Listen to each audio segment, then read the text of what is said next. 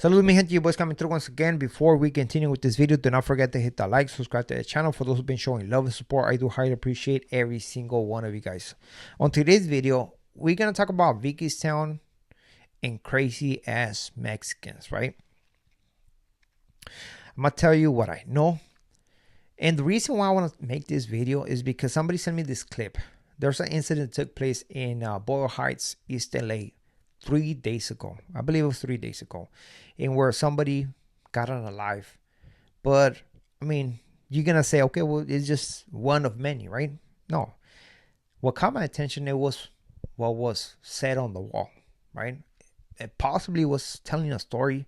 Maybe it was just a coincidence, but that actually triggered me to make this video. So on the wall, as the ghetto bird is basically filming what's happening on the streets, right? You see somebody laying down, you see the cops. It caught a glimpse of the taggings that were on the background. It's the wall. And it shows that it says camp, has a name, and somebody crossed that over and decided to write Vicky's Town, like super big. Like they did a good job, man. I was never into tagging. There's homies that I know that were into tagging. They used to tag like that big, man. They used to get down, man. But once you see that this individual finished Vicky's Town, somebody came along the way, crossed that over, and wrote camp, right? I'm not saying that that incident and what's behind on that wall were related. If you ask me, possibly not, right? But in the comment section, a lot of people want to jump to conclusions and be like, oh, it was somebody from Vicky's Town that happened, that this happened, whatever the case might be. But I was like, you know what? Maybe it was. But if I think about this, is that what is the chances of having this guy actually crossing out camp, having all this time to write Vicky's Town all complete, finish his tagging, and eventually somebody coming over unalive him, and then cross over Vicky's Town and write camp right there? Like, what are the chances, right? You know what? You have to understand how things sometimes work. I don't know. Again, if that was the opposition, you will not let him finish his tagging, right? You just take him out right there and then keep on moving. Simple as that. That's what I think. But anyways, the thing about tagging, man, is like, if this was the case, man, it's sad how this person lost his life, right? Over some taggings. And guess what? That same people are going to be in prison, maybe being Sallies. Can you imagine that? That is some crazy ass stuff. But again, that is the street for you guys. Sorry. So when I seen this, I was like, you know what? Let me talk about certain things that I know. You know, so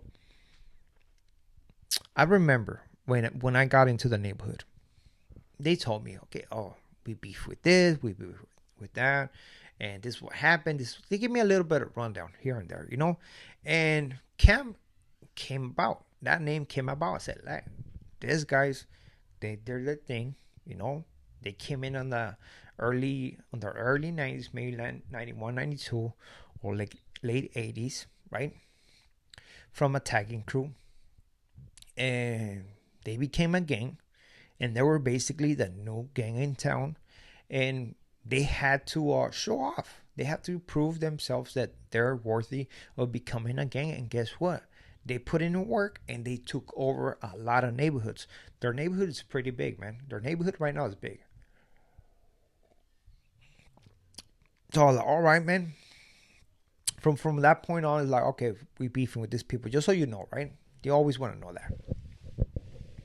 Eventually, here comes years later. I have come across different people from camp, different gang members from camp, right? In prison and in county. So I came across this guy from county. This is actually the one that I talked the most to because he was right there with me, right? He was right there with me. And we actually had good conversation. We actually got along, right? We got along. Like, I don't know. It was like me and him, and then it was everybody else, right? So we used to have a lot of conversation. And he had moved from LA to Northern California. And I mean, For those who know, his neighborhood's not right there, right? So I used to be like, damn, what you doing over here? Eventually, he got caught with the gun. So he ended up getting sentenced with felony probation, right?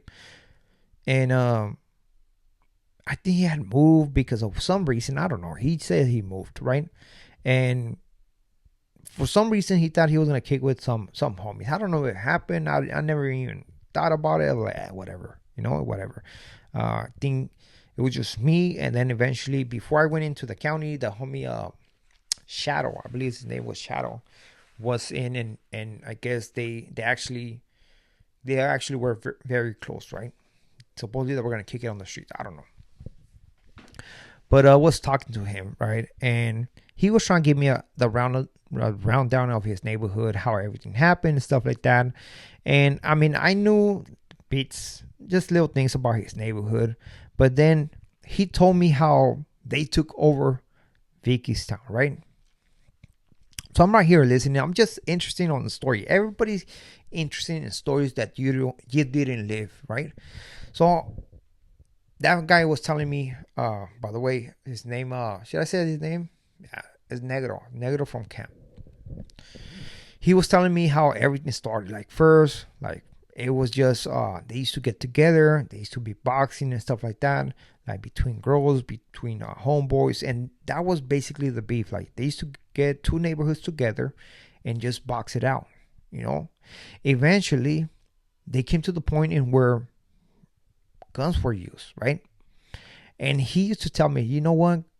The only reason we were able to take over that neighborhood is because back in those days, a lot of people used to mess with that PCP. I believe that's what it's called, PCP, you know? And they used to get stuck, right? They'll be out there on the night, stuck. And that's how he told me, that's how we used to take you guys out. I mean, that's what we did, you know? A lot of people were stuck on that stuff, you know? And we just made it an easy target. For those who know, man, camp, you cannot take away from them. They came in, and basically when all that violence, that crazy violence happened on the 90s, they came in and they put in a lot of work on the streets, man. I cannot talk ill on camp, you know, regardless of what they did. We had to recognize, you know. I do understand that there's a lot of people in Vickystown who don't like these people because of what happened. And it's a few that is going to continue going over and over and over again because of the ego, because of the pride.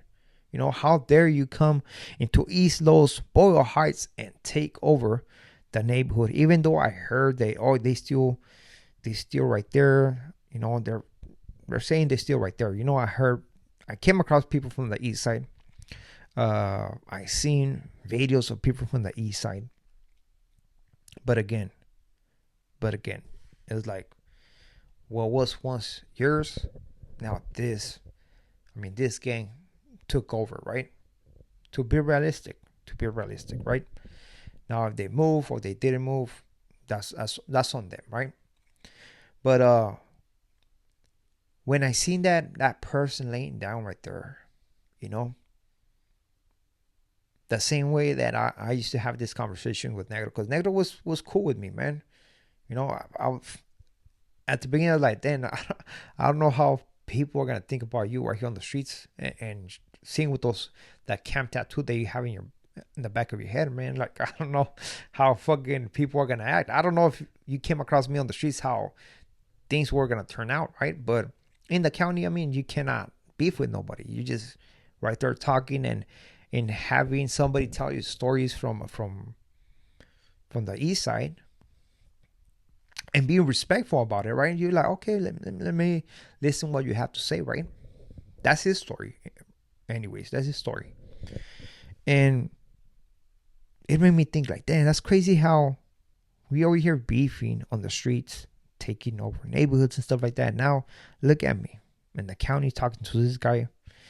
When it comes to the state, we have maybe those two neighborhoods that are rivals in the same cell. They have to spread with one another. And all for what, right? Look at this guy. If this is what happened, that guy got unalive because he was decided to tag on the wall, which I doubt it. But let's say he did, right? Let's say he was from Vicky's town. It's crazy how this guy just got unalive over some writing, over some writing, all because of an ego, all because they wanted to respect the rivals. I don't see. I do understand that people have their own views. I had those views at one point. Trust me, right? And it's not like I'm preaching to you and saying, "Hey, don't do this because because it's not the right thing." Like everybody knows what's best for your life, right? At the end of the day, everybody knows what's best for their life. Simple as that. If you want to go through that, do your thing.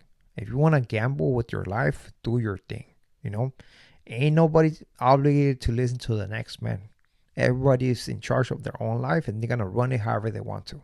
Now, don't cry later on when the consequences come through, because that's when people are gonna be like, oh man, man, I didn't know this, but you didn't listen, bro. You didn't listen. But I didn't see no purpose of, losing your life over some tagging. That's crazy. If this is what happened, that is crazy, man. But again, it just shows you right there. Respect is everything. You have to understand to respect everybody's zone. You have to respect that. Because if you're gonna be willing to go into somebody's zone and be disrespectful, you better go in prepared. Because trust me, you never know what's gonna come your way. So expect that unexpected. And apparently this person, if he was from Vicky's town, he was not expecting that. And of course, that's why he got caught slipping. Life, that is not life, man. That is a gamble. And if people like to gamble with their own lives, I guess that's the route that you want to do. Now, like I always say, man, there's a bigger purpose in life. And being out on the street, running, that type of lifestyle is not a life. That's not a career. That's not something that's going to help you become something in life. It's not. You cannot go to a job site and be like, hey man, I'm this. I'm from this neighborhood. I went to prison all the way to this level. I put in work this many times. I got this type of tattoos on my body. That is not going to help you get a job. That is not going to help you be successful in life. That's not what's going to help you, man. In order for you to help yourself and become something in life, you have to think about you. You have to work on you. You don't have to think about the next man, about the neighborhood, about putting your hood in the map. There's a lot of people that can do that. But it's time for people to pay attention to your life and actually do something with it. We have a lot of older individuals that are not giving the right message to the youth. These individuals who supposedly lived through it, know everything about it, still give that lame ass advice. I'm just saying it. It's time to help. And damn, what the and the only way we're gonna help is by speaking the truth and giving the good advice. So with this being said, stay free, man. Do the things right. Wish you nothing but the best to everybody, man. And hopefully you figure it out. Right? I cannot figure it out for you. Hopefully you figure it out. Hopefully you listen to videos like this.